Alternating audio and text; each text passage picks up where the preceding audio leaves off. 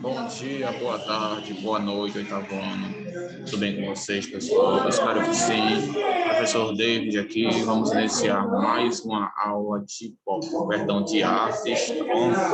Hoje nós vamos falar sobre um outro artista renomado. Na última aula nós falamos sobre Leonardo da Vinci. Finalizamos a vida e obra do artista. E hoje nós iremos falar sobre um outro artista muito contemplado e muito conceituado, que é Michelangelo. Michelangelo também foi italiano, ele também tem uma história de vida muito interessante, especialmente com a arte, contribuição maravilhosa para o mundo artístico, também fez parte do renascentismo, né? O movimento artístico italiano, nasceu em Roma. Então tem toda uma característica interessante de vida para se estudar, tá? Além de sua história de vida, sua história artista, tá bom? Ele não foi tão, podemos dizer assim, conceituado quanto Leonardo da Vinci, considerando que Leonardo da Vinci não era apenas um pintor, ele era quase que tudo, né?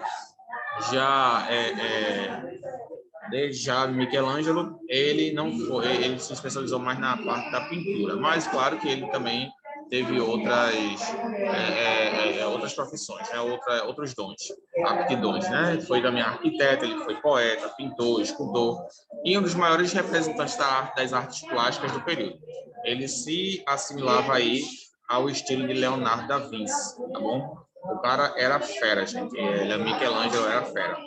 Foi um cara que também trouxe muita revolução para a arte moderna, tá bom?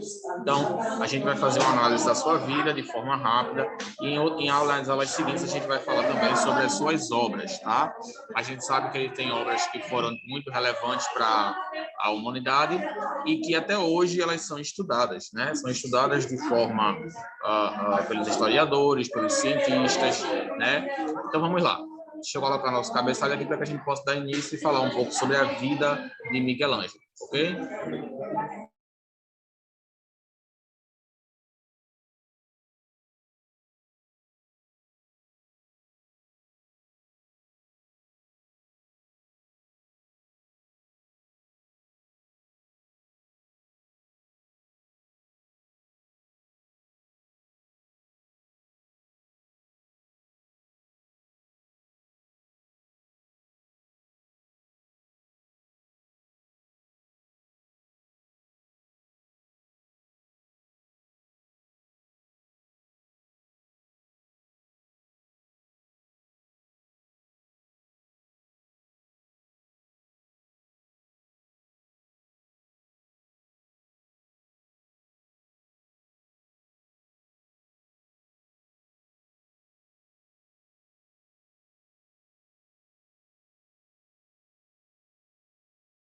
Professora, mesmo coisa minha.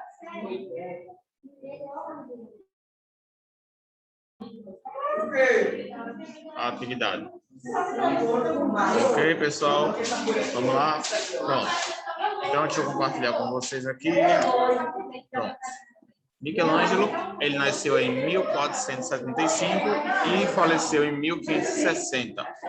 Ele foi um pintor, escultor, arquiteto e poeta do Renascimento italiano. Então, assim como Leonardo da Vinci, mas não tanto quanto ele, né? Claro, ele teve várias aptidões. Não ficou apenas preso, podemos dizer assim, à pintura. A maioria dos artistas, pessoal, renomados, inclusive os que nós vamos estudar hoje, eles tiveram sim muitas aptidões, tá? Não se limitaram apenas a pintura, tá? Eles tiveram diversas aptidões, tá bom? Então, vamos lá. Um dos maiores representantes das artes plásticas do período. Então, ele teve grande representatividade nas artes plásticas, tá bom? Biografia. Michelangelo nasceu em Caprese, nas proximidades de Florença, na Itália, no dia 6 de março de 1475. Olha a imagem aqui dele, ó. A possível caricatura de Michelangelo. Na escola, ele interessava-se apenas em desenhar, para desespero da família, que desprezava a profissão do artista.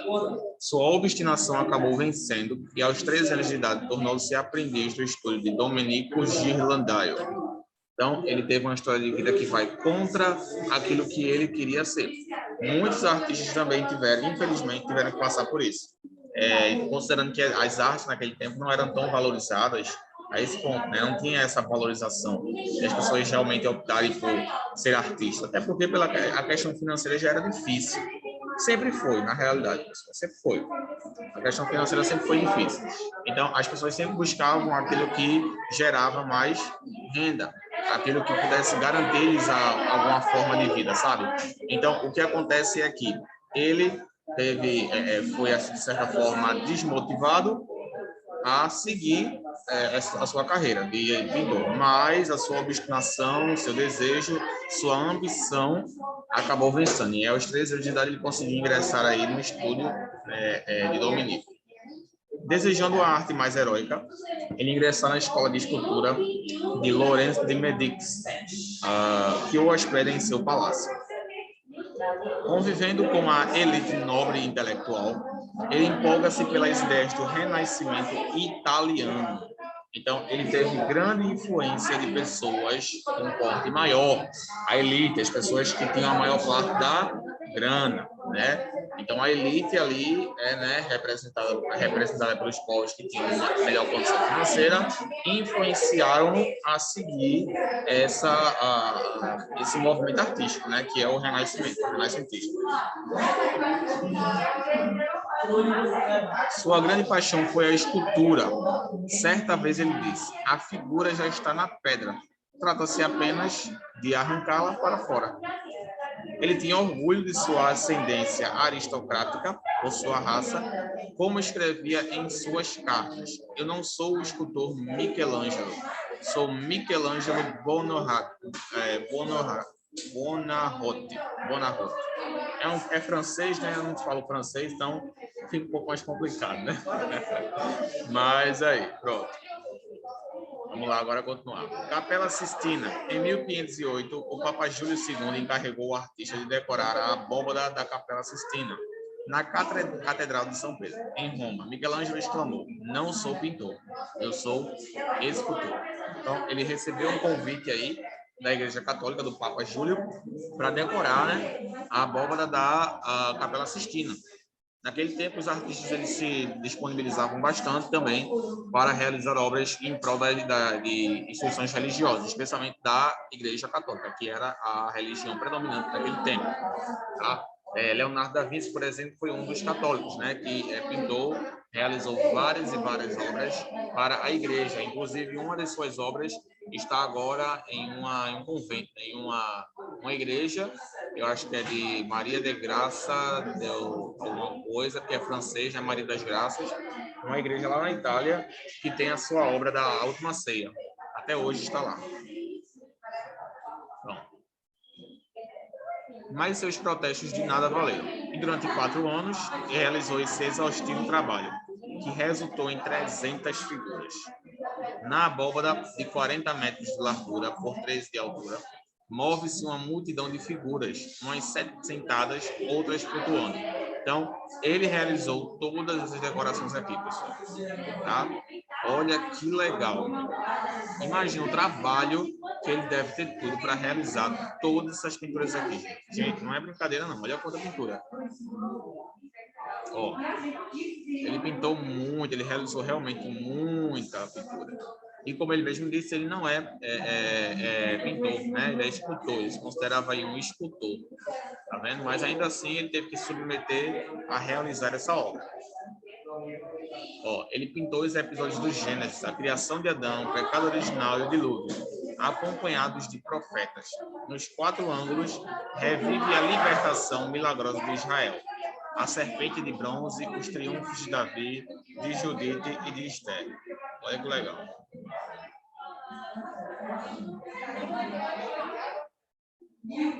Que legal, né, pessoal? E suas obras tinham um teor bem profundo, tá? Inclusive, algumas chegaram até a ser proibidas, de certa forma.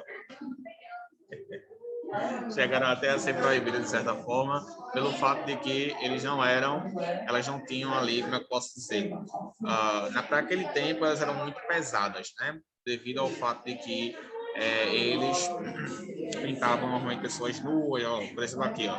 Aqui a gente vê que as pessoas estão nuas, ó. Tá vendo? Então eles não...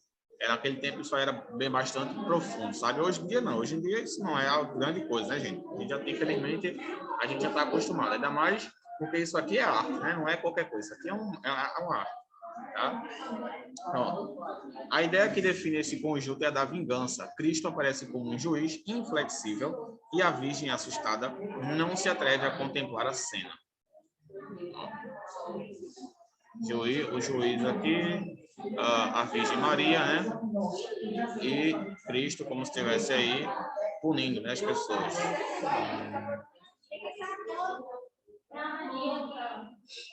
Nesse afresco religioso, Michelangelo só pintou nus.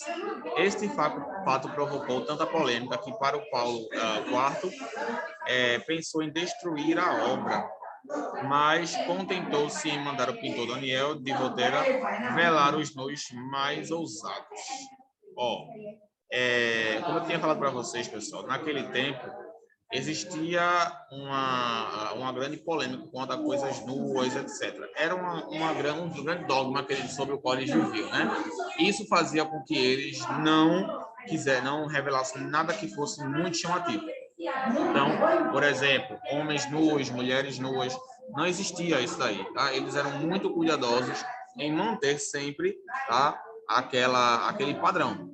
E Michelangelo ele tentou aí representar da forma mais natural possível, mas ainda assim ele foi, de certa forma, censurado. Tá? Ele recebeu tipos de censura que resultaram nisso daí, tá bom? Mas depois o Paulo, né, segundo, ele pediu aí para realizar Paulo IV, perdão, pediu para realizar uma cobertura, né, das partes que estavam mais expostas, mais explícitas, né, das pessoas, tá bom? E pronto. Aí aqui a gente vai falar sobre a escultura e a arquitetura. Entre 1500 e 1504, Michelangelo trabalhou na escultura de David, que é Davi no caso, né? Herói bíblico que venceu o gigante Golias. Em 1505, ele foi para Roma a chamado do Papa Júlio II para reconstruir a Catedral de São Pedro e a edificação de seu mausoléu. Em Florença, de 1523 a 1534, ele esculpiu as estátuas de Juliano e Lourenço de Médicis e as sombrias figuras da noite, o dia, a aurora e o crepúsculo, reclinadas sobre seus túmulos. Em 1499, trabalhou na Pietà, onde o tema é a Virgem Maria envolvendo o filho morto. O tema talvez lhe tenha sido o mais querido, pois o repetiu 4 vezes. Então, pessoal, como vocês puderam ver aí, ele teve um grande percurso na Itália, especialmente envolvendo a Igreja Católica. Muitas de suas obras foram em prol da Igreja Católica. Por isso que ele tinha as suas obras, elas tinham um viés mais religioso, tá bom? Elas tinham um viés mais religioso que fazia com que eles adotassem, né, podemos dizer assim, esse padrão, tá? Mas eles nunca seguiam assim um padrão estético, né? Eles sempre estavam variando as suas obras, mas não se nega que de fato ela era baseada na Igreja Católica, tá? Em muitos dos seus pontos, o que é muito interessante, bem como Leonardo da Vinci, tá bom? Pronto. Cadê?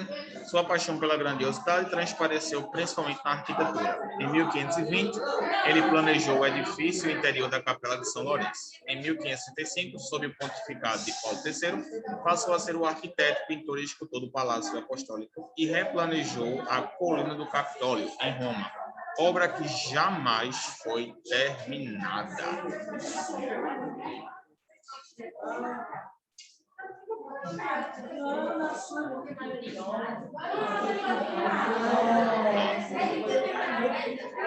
Obra jamais terminada dele.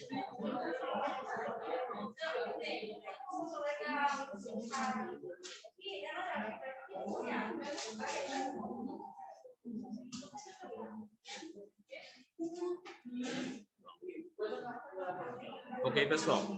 Então, ó, A gente vai ficar por aqui hoje, a gente já falou um pouco sobre Michelangelo, tá? Entender algumas características dele aí. Na próxima aula a gente vai realizar algumas anotações para vocês deixarem fixas no caderno de vocês e vamos também realizar a análise das suas obras, tá? Espero que tenham gostado. Vejo vocês na próxima aula. Bom descanso para vocês e até lá. Tchau, gente, e até a próxima. Espero que tenham gostado de estudar sobre a vida dele.